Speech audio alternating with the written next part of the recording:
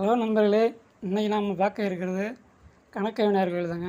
இது எங்கே இருக்குதுன்னு பார்த்தீங்கன்னா, அரியலூர் மாவட்டத்தில் கங்கை கொண்ட சோழீஸ்வரர் ஆலயத்துக்கு பின்புறமாக இருக்குங்க. இந்த விநாயகர் சிலையை வாதாபியிலேருந்து கொண்டு வரப்பட்டதாக சொல்கிறாங்க.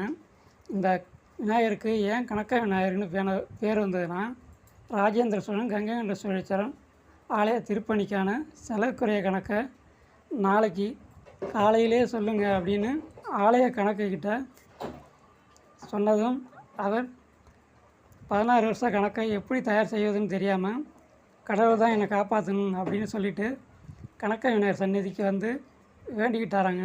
அன்னைக்கு இரவே கனவுல தோன்றி, கணக்கரே வருந்தாதே, நாளைக்கு மன்னரை சந்தித்து இதுவரையிலும் 80 லட்சம் பொன் செலவானதுன்னு சொல்லுங்கள் அப்படின்னு சொன்னாராங்க. அதே போல் மறுநாள் காலையில் மன்னரை பார்த்து 80 லட்சம் பொன் செலவானதுன்னு சொன்னாராங்க.